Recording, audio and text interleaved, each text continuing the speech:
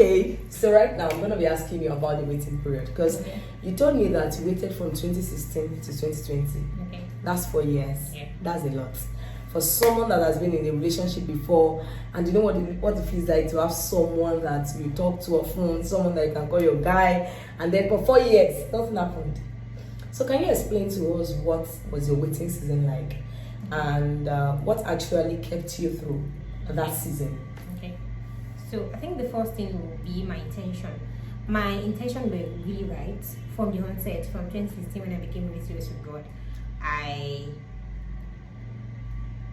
At that point, when I knew exactly what I wanted, I was clear cut about it. I knew I was going to go for it. When I want something, I go for it. So that was the energy. And I wasn't just distracted about it. Was later in 2020 that I was a little bit shaky. But all through my energy, you get from where they won't propose to.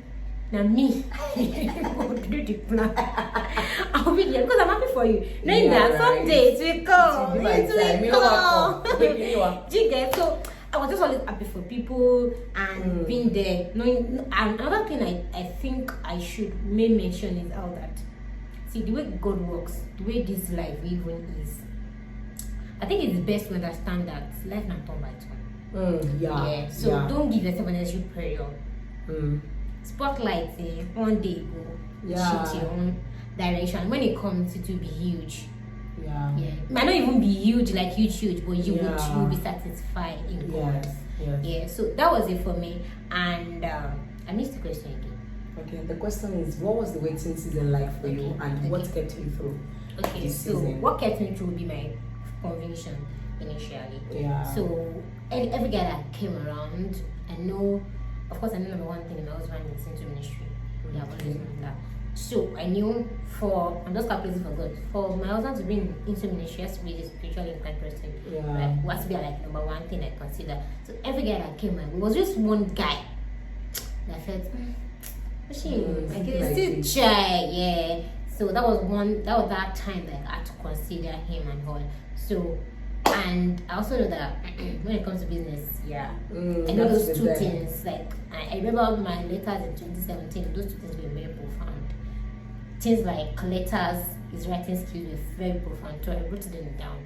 And till now, when I get those letters, I'm like, God, you did. So I know all those things. And when anybody comes around, I just do my own screaming I don't even waste time. That's how bad. Like, I'm very proud. I don't waste time. I'm not the talking. Don't talk me. Please don't talk me to death. I'm not interested. Because number one, I understand the kind of person I am. I'm quite emotional. I'm quite emotional. So, and I don't want to be distracted. I know what is before me to start with. I know what is before me to start with. And I know wherever I would end up with has to be someone solid. So I had to go for it. Alright, so that kept me, and I think I enjoyed my waiting period, honestly speaking.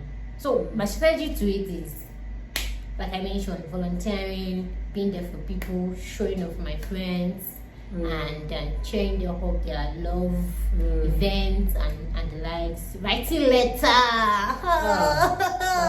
We write. I remember the last letter I wrote. That was June 2020. So what led to that letter was because I had this guy that looks like it. Even have beards, full beards. So one thing shall happen. I shall realize that place like maybe the guy wants to leave me on the way. So I had to let it go. So it wasn't a relationship, but it was something I was hoping that it would. Situation. More like it. So later I realized that like the guy don't know say I like him. I think my ego knows that one. Like, if you like me, come for me with your foot and then say you like me. No, they cut corner. So then I realized that I just went off with him. So it was that time that I wrote my last letter. Wow. So I wrote in there that even though what's happening to my life currently does not look like it's really. So what that letter does to me is it keeps me in check. It like reminds me of what God has told me already about my relationship, and then it connects, it brings me together when I'm chattered, like it brings me together. So I do that a lot. My letter are always very funny. I said every damn thing to him. The week I said yes, he was just saying letter, pom pom, in his mail every now and then. I did one in 2018. I did like series, like 7 days. I sent the old copy. Now you. Where were you sending those letters? I was sending it to him after I met him. Okay. Yeah, but I saved those letters. And the main reason I was sending it to him was, I think in some content about the letter was how that, God, when will you show? Like, I don't understand. Why are you waiting now? She said, no, Jesus Christ. What's it back?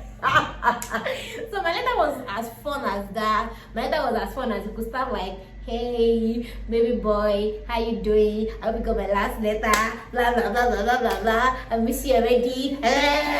It was just I love those moments because people in the relationship at that time were jealous of my.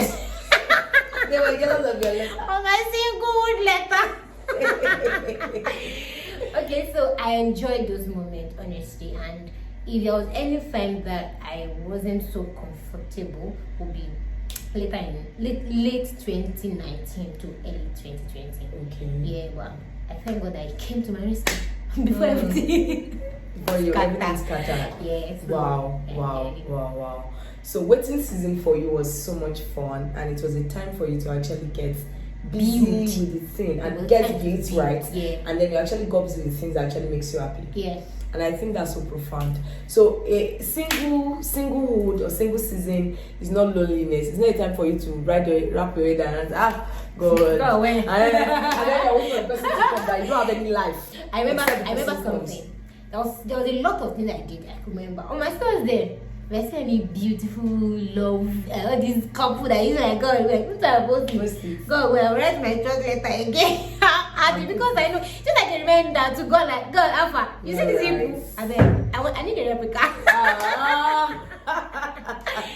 So, yeah, I think more of that did a lot to my soul. Yeah. So it made me strong. Yeah, wow. And I think that actually speaks to you pouring out your heart to God. Yeah. Right? It was as though you were writing a letter for a man, right? Yeah. Which is actually true. But then, like you said, it was actually reminding of what God has told you. So, and that's what that was doing to you then is that it was actually making you, giving you this assurance that it might tarry, but I mean, it's for an appointed time and person will come. Yeah. And I think that consciously or unconsciously actually helped even your audience. Because I remember that I was reading your status, I was following your status one time like that when you got proposed to, and then someone reposted that so the person you finally write letter to, they have finally come. Oh, you know, it looks like a fulfilled prophecy. And it's actually nice. It's actually nice. I got a lot of comments about that. I get a lot of comments. So many people that know me since like that. Probably they blocked my contact. They had to come to me like, I'm so happy for you that you finally like you waited and you got it. Yes, I love it. And then I mean, it's just a proof that God is faithful. God is faithful, and I think that will actually lead me to the next question I want to ask.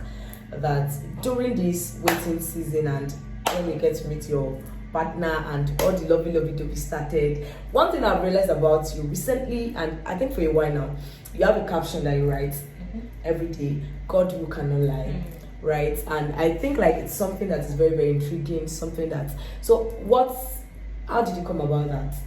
If you like to share. And actually, because when you say that, everything around you is consciously or unconsciously just aligning to the fact that God cannot lie. Right? Even your relationship is a testimony to that. That even though you waited for a long time, I mean, God still cannot lie. So what actually gave birth to that conviction and that daily confession? Okay, so first it was Ebon. Yeah, Ebon is a lot. But it got my attention. And how that resonates with me would be so 2018, I do fashion, but he like I got vision, actually. So like I knew exactly what I should do, and like for the first time it came in. That was 2nd January 2018. I'm good with it, I told you. Yeah. So I got a vision and it was quite heavy, and I think June that year I ran with it, but it wasn't the right timing. You remember that time? Yes, I remember. It wasn't the right timing and all. So what did happen in 2018? That started happening that same month. 2020. Yeah. I remember that for so many people, they were even getting June. So we were thinking it was June 2018, but eventually happened June 2020. So when that happened, I'm like, wait, June 2020, 2018. It just did it. Like, I'm like, it wasn't just the right timing, but it doesn't change the fact that God said it. And it was for me. And that was it for me. So that was 1, and 2, my relationship. Yeah, like if there's any time ever in my life that I'm in doubt, babe, probably God tells me, my relationship is a testament that I love that. So 2 things. You spoke about your business, and then you spoke about your relationship. Okay. Just affirming the fact that God cannot lie. And you spoke about something that is so profound, timing. So that you got a vision at a particular time does not mean you should launch out. There's always a timing according to God's plan. I went to the depression after. It was horrible. Like I was so mad at God. Like God, nah, just calm me. Just calm me. It was such a moment. Wow. God cannot lie. I think that's actually testimony. Always is faithful.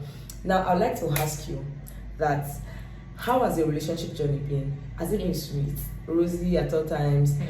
No. Was there a moment you felt like, guy, I'm not doing anything, just go? We had plenty. It's always me. It's always you, Abby.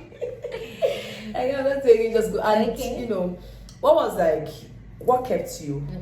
Like, what brought you back to the place of, okay, I think it's this one. And then if you that means you actually had like differences.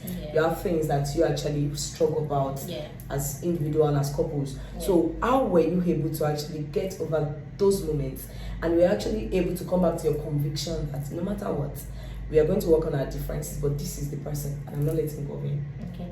So if you in any way come aside my channel, or probably saw my proposal video, he said it in his speech, because he gave speech that we had our differences and many breakups. We had like 3 breakups actually. Like, look at Rosie, why you're Rosie? You know, Rosie, we had issues with doctrinal differences. And it was really huge. I mean, it's a lot. It was really huge. It was really, really huge. I know people that can get to know what I'm saying. That I'm doing like it was really huge. Yeah, it was really huge, but we compromised. Wow. I think that was it. The struggle was because I wanted to move from here to here. Let me move from here to here. Let's live where you are. But when you start here, no, it's not possible. So yeah, that was it for us. We had that. So that was the only issue we had. I don't think we usually fight for sleeping, because that connection was really great. The issue 3 times. We had that, and I think at some point we had family issues. We sorted that. We sorted that. So that was it. So at any point we do that, our breakup is not always longer than 24 hours. So it's always Baba will run from wherever he is. So we come and meet you and come and beg you. Okay, so but we had that. Yeah, I think at some point I was like, September last year, I remember. I was like, God, this thing don't choke me. Like, I don't like what I'm just a vibe, laugh, play, do spiritual things, do business, and let's live happy ever after. Don't stress me. Don't stress me. So it was really stressful for me. But then I think I prayed at the time. I had to go all the way to the shop. I was showing my life, my God. And I think I was much more convinced. I was reminded about a lot. I was much more convinced. And what else happened? First, we just had to be quite patient with the situation. I was even mad again, like, don't tell me to be patient. It's not easy. You don't know what I'm going through. But then, so that was like the only only issue we had. Yeah. Every other thing, usually thinking and how. So, but then we had to compromise. In short, that was the only thing holding us. Like if that was not settled, we were not going anywhere. So is it settled now? Yeah, it is. Wow. I mean, that's actually like a great one, and that's a testimony. So this actually proves the fact that no relationship is perfect. You have your differences, you have things that people are battling with that they don't show you actually. So the fact that we actually come out and say, I love you, you are the honey in my clinical, you are my prophecies fulfilled, don't die because of that. Probably I'll be in a relationship like, why is it that my guy and myself are always quarreling? Is this not, God, why am I different? If you are certain that is the one, just stick through it and just walk. Like she said they compromised. So relationship will not always go the way you want it. You know, people will be like, this is who I am, and I can never change myself for anybody. I can never compromise on. Of course, there's some standards you don't compromise on, but there's some things that you really need to compromise on if you really want to. I mean, you have different backgrounds, you have different views to life, different perspective. A lot of things. You're not coming from different experiences. You have your past experience. She had his, he had his. So you can't just expect that then you come together and then you sink in without any issue, right? So it's not going to, it's not possible. But then just understand the fact that your conviction, I think, down is a whole lot. That's like a pillar. A pillar, right? Because your conviction is what you actually. Now you even said, God, I'm going on a retreat. That was because you were sure that it was God that led you to start with.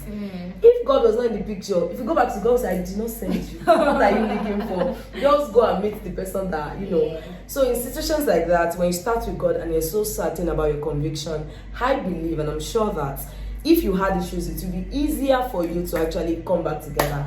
I mean, I have a lot of story about that because I had my story too, like as far as my fiance is concerned. At the point I was like, God, this is not what you told me. Closely.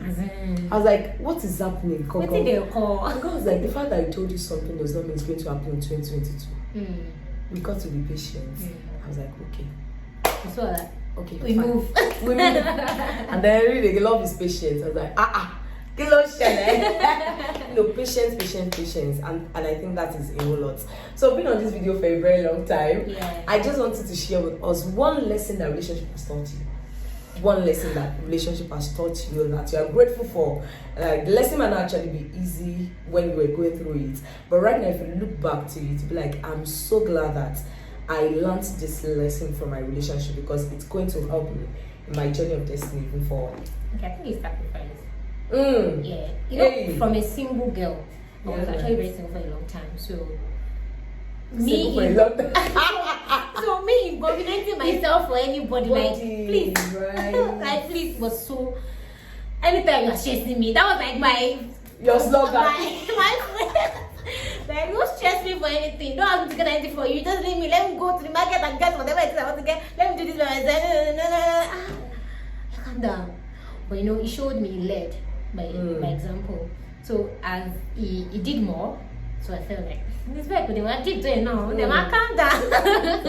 So I learned. I learned sacrifice. That's a big word. It was really a big word for me. And I think anyone transitioning from being single for a long time might struggle a while for it. Well, but transitioning into being in a relationship is something I learned. Sacrifice a lot. A lot. And I think that's a whole lot because even in as you go forward, not about relationship alone, there are some things you need to life is sacrificial actually. So you can't build a sustainable relationship with anybody without sacrifice. Yeah, like with anybody, even with your friends. With your friends. There are some things you let go of so that other people will be okay. And I think that's the whole lot. Me too. I used to be a very independent lady. I'm the first child, so I was maybe taught. That's why the first child. So I was taught to always yes, I don't care anybody. I remember I was into a relationship. I'll never ask you for money. Okay, I don't do that. I never ask for money. Like I'll be so in need. I'll sort it. Like that's my way. I'll sort it. Don't worry. I would even tell you that I'm telling you not because I want to use I'm just telling you because I want to tell you. And then if you give you collect it. But what about now? My ATM. You can get whatever it is you want to get. get the market. Don't call me that market. My ATM always like Okay. I'm more entitled. So- I'm entitled to my full chain. I think I was like that. That was why I asked that. What about now? Yeah. So I can totally get. I was like that when we were still friends. I want stories even crazy. We were friends for like 2 years, 5 years. So when we were friends, I can't wait. no, when we were friends, he actually, a lot of things that was just giving me. I was like, don't worry, I'm okay. fine. My best is, see, guys, my best is something that I swear. My best was reminding me recently. This thing I want to say. Are you serious? I said, sorry. Let me Say, I say, so let's see what happened. So I told him that, see, I need something, and this is the amount for it. He was like, okay. He said, I said I want to get something, and I said, this is the price, like probably 60,000. I said 6,000 to, and I said, 6,000 to. But it's not expensive, Jerry. It's not. I will do this. I will do this. I was not counting the things I want to do with the money. He now said, one more. You work on more funny 5,000. I shared the fact that you are saying that, baby, you want to spoil me. You want to spoil me. So what changed? Baby. Then I used to call him Uncle T. So because I used to call him Uncle T. So then you give me 5,000. How much did he come and say? I know message and I was not crying. Uncle T, you want to spoil me. If for Uber me, yeah. He was like, he said, no, you that I want to spoil the 5K. He said, I'm not giving 60,000. That day I laughed. I was like, serious, this is not funny. But really, that was how I was. I felt like, see, if you give me any money, then it meant a lot to me because I grew up so independently. I was the first child, so it's not like our family is that buoyant. So I had a lot of things I had to do myself. So when I met him, even till now, sometimes I want to travel. If I remember that, I should tell someone that. Oh God, I think that's another thing. My God, I'll just go. I will not remember You that. will not like, Oga, Yeah, you went. Where did you go? Go to without telling me. I'm like, And I'm sorry, man. I'm like, sometimes I've done something and then, there was a point that I was doing something and he just saw it on WhatsApp status and said, when did this happen? I said, I told you. He said, you did not tell me.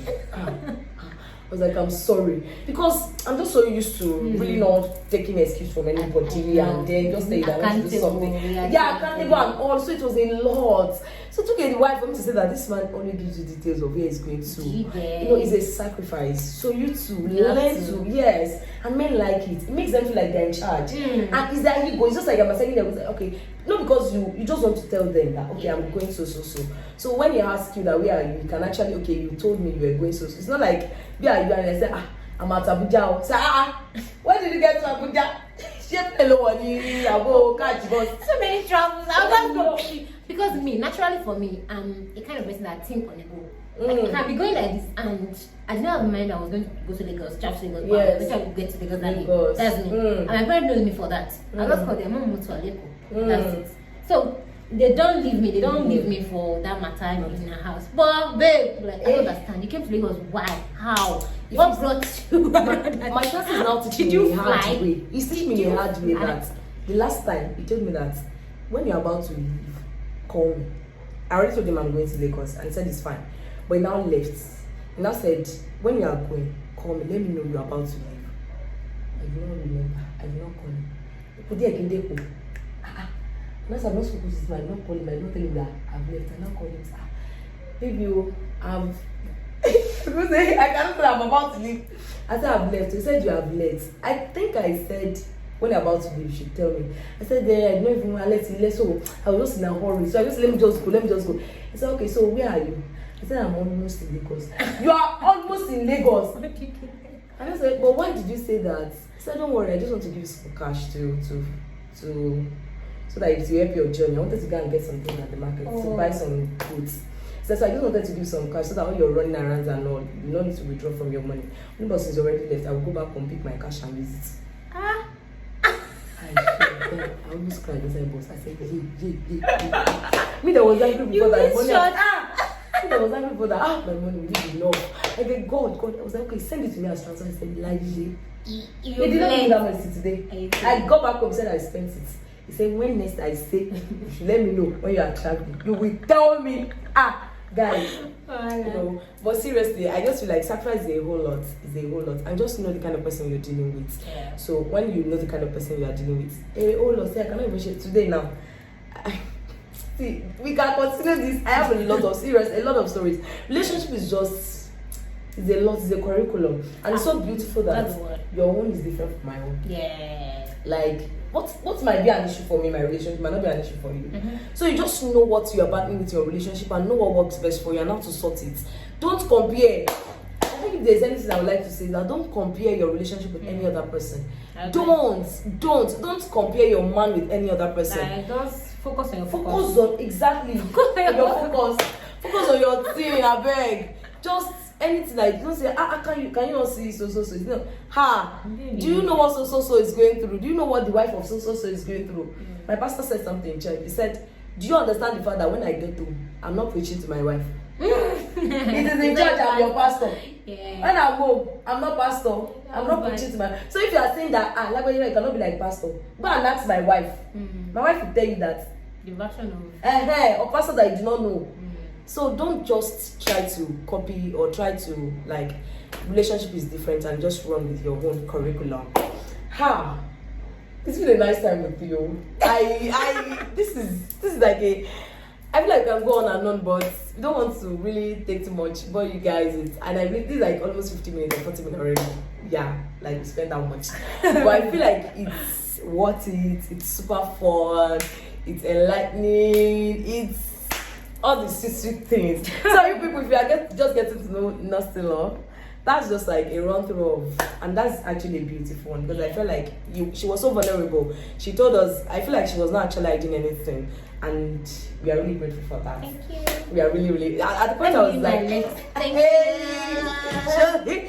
At the point I was like, I'm not being personal like this, like too personal, and then I just realized the fact that you actually try to let us know how everything is going, and it's actually so beautiful, and I'm so happy for you.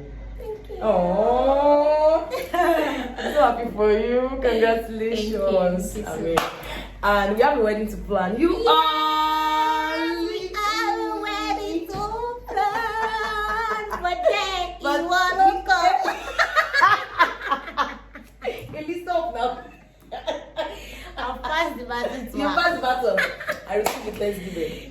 Okay guys, so thank you so much for watching today, and we're so glad. So if you are new here, kindly like, comment, share, and please subscribe. Subscription is free. Just a click. Just click. And that's it.